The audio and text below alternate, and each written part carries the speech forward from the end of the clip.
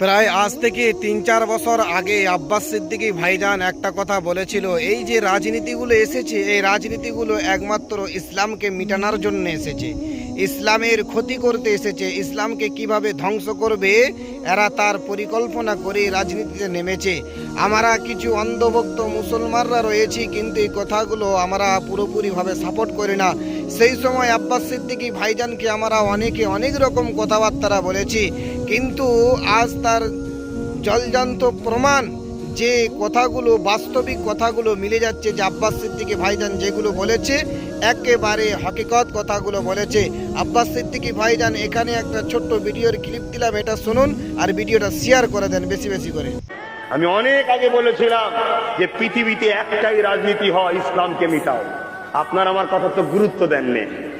আজ কিন্তু হারে হারে অনেকে বুঝছেন, কিন্তু আমি বলছি আপনারা এক আনাও